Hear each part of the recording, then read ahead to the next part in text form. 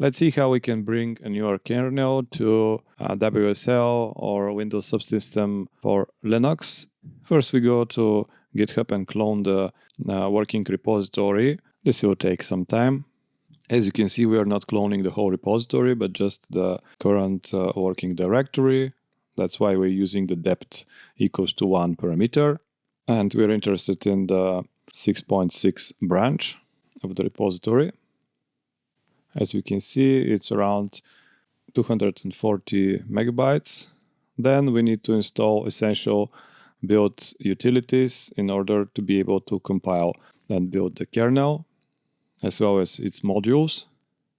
So we enter in the installation directory and we make our config.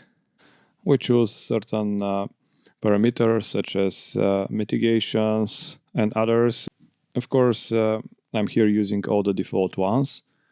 If you would like, you can specify further anything in particular.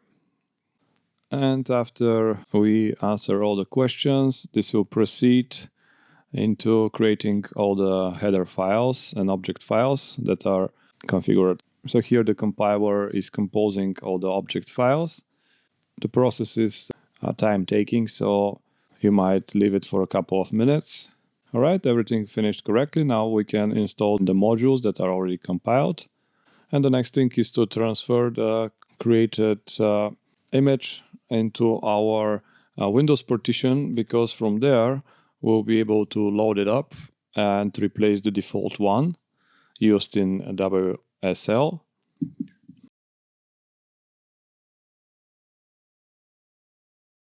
The next part is to create one file or modify, if it exists, called .wslconfig, which resides inside of the user's folder.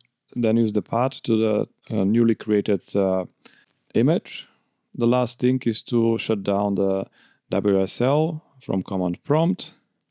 And when everything is ready, we should be able again to start the Ubuntu environment with our new kernel image. So if we type uname -r, we see that we're using now the newest available kernel.